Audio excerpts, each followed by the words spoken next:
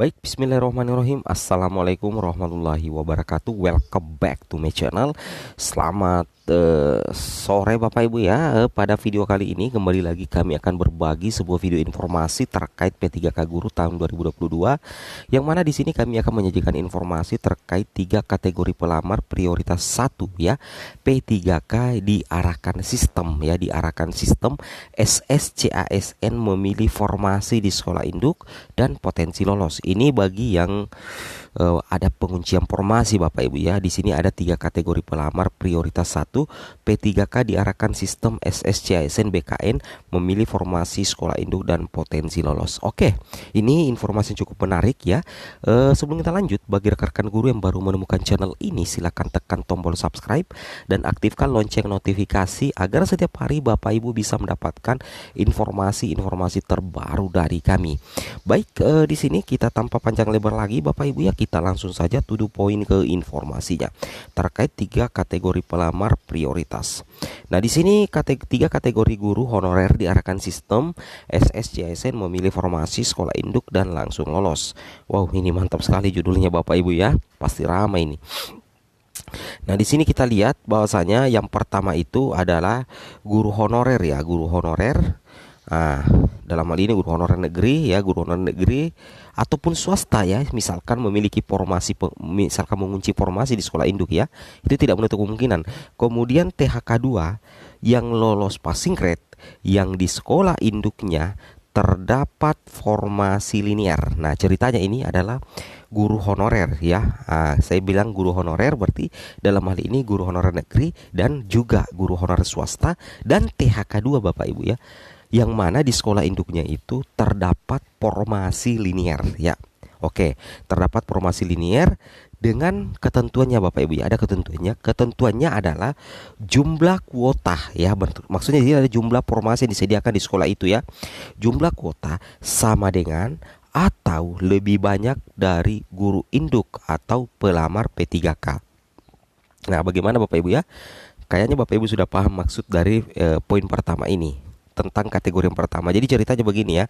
Misalkan ya, dalam satu sekolah itu, sekolah A ya, itu ada 2 formasi. Nah, ini ada 2 kota di SDA ini Bapak Ibu ya. Kemudian ternyata di SDA ini itu juga ada guru induknya yaitu 2. Nah, 2 ya.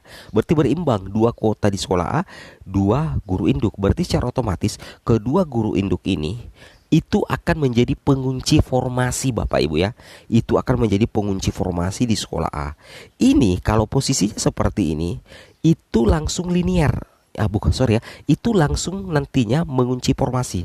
Kalau sudah mengunci formasi seperti ini, dipastikan nantinya pada saat mendaftar ulang di SSCASN, itu sistem pasti akan mengarahkan guru tersebut untuk memilih formasi di sekolah A. Jadi nantinya sistem SSCASN akan mengarahkan guru induk ini yang 2 orang ini untuk memilih kembali sekolah induknya. Berarti terdeteksi sebagai pengunci formasi. Nah, kalau posisinya seperti ini Bapak Ibu guru, kalau Bapak Ibu memiliki posisi yang seperti ini, nantinya itu Bapak Ibu itu tidak usah takut. Ini potensi jadi IC-nya luar biasa ya. Bahkan admin ya berani mengatakan ya 99% Bapak Ibu ya, Bapak Ibu itu akan lolos sepanjang di sekolahnya itu ada formasi linear Bapak Ibu ya, ada formasi linear dan jumlah kotanya sama dengan ya, catat sama dengan atau lebih banyak daripada guru induk di sekolah tersebut. Logikanya seperti itu ya. Nah, atau kejadiannya seperti ini Bapak Ibu ya, kejadian seperti ini. Misalkan di sekolah A itu tersedia 3 formasi, misalkan ya 3 formasi.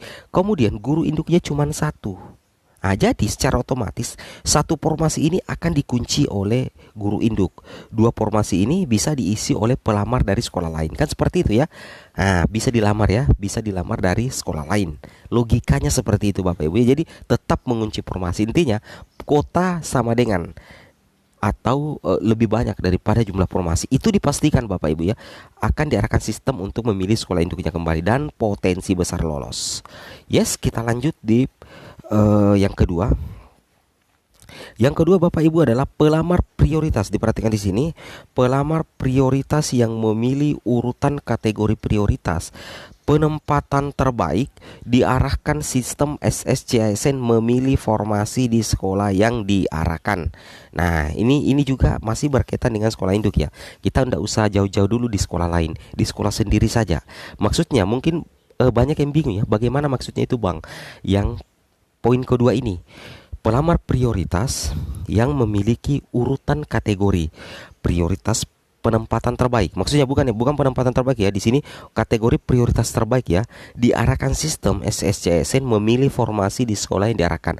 Nah, ini kemungkinan besar di poin kedua ini itu berlaku ketika memang kuota ya di sekolah induk itu lebih kecil ya daripada guru daripada jumlah pelamarnya, seperti itu ya. Misalkan di sekolah B ya, misal saya berikan contoh ya terkait dengan maksud yang poin kedua ini. Saya berikan contoh misalkan saya berikan contoh Bapak Ibu ya. Misalnya begini, sekolah B ya, ini kan sekolah B. Nah, di sekolah B ini itu ada satu kuota formasi. Nah, ini ada satu kuota formasi ya. Kemudian guru induknya itu ada 3. Wow, 3 ya. Padahal kuota formasi ini cuma satu ya. Cuman satu Bapak Ibu. Ketiganya ini lulus PG. Satu THK 2, satu guru negeri, yang satunya juga adalah guru negeri. Nah, jadi di sekolah B ini posisinya memang hanya kekurangan satu guru saja ya. Berarti formasi yang diberikan cuman satu dari Kemendikbud. Nah, ternyata di sekolah tersebut itu ada 3 guru honorernya. Semuanya lolos PG tahun 2021. Satu THK 2, yang 2 lainnya ini adalah guru honorer negeri. Nah, siapakah yang akan mengisi formasi yang tersisa satu ini di sekolah B? Nantinya di sini akan dilihat kalau keadaannya seperti ini Bapak Ibu ya. Kalau kondisinya seperti ini, maka akan dilihat urutan kategori prioritas penempatan terbaik. Nah, kebetulan kalau berdasarkan urutan yang kita lihat di peraturan resmi, THK 2 inilah yang pertama kali diprioritaskan ya. Seperti itu Bapak Ibu ya. Nantinya THK 2 yang langsung mengisi formasi di B ini. Nah, seperti itu ya. Dan yang 2 ini otomatis masuk cloud atau bisa melamar di sekolah lain yang masih membutuhkan. Kan logikanya seperti itu ya. Di sini bisa kita lihat Bapak Ibu ya. Di sini kita bisa lihat. Nah, seperti ini. Bapak Ibu bisa perhatikan di sini ya. Di sini dikatakan seperti ini. Prioritas penempatan dilakukan berdasarkan urutan kategori pelamar. Yang pertama itu adalah THK 2, yang kedua adalah honorer negeri, yang ketiga lulusan PPG, yang keempat honorer swasta. Jadi kalau berdasarkan urutan kategori prioritas, memang Bapak Ibu ya, di antara keempat pelamar prioritas lulus PG ini, memang yang paling diprioritaskan itu adalah THK 2 pertama kali. Sesudah THK 2 barulah guru honorer negeri, kemudian lulusan PPG, dan yang terakhir adalah guru swasta. Kan seperti itu Bapak Ibu ya. Itu yang harus Bapak Ibu pahami. Kemudian kita lanjut lagi di sini yang poin ketiga. Ya, masih poin kedua ya. Nah, contohnya kan seperti ini ya.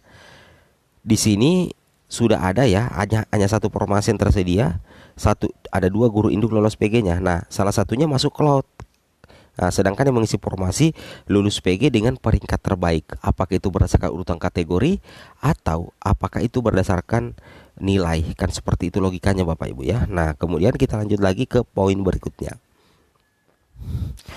Nah, poin ketiga adalah sesuai yang dijelaskan Prof. Nunuk Suryani, ada pemindahan formasi tanpa menggeser guru induk. Nah, ini juga berpotensi diarahkan sistem Bapak Ibu ya. Posisi-posisi seperti ini juga berpotensi diarahkan oleh sistem.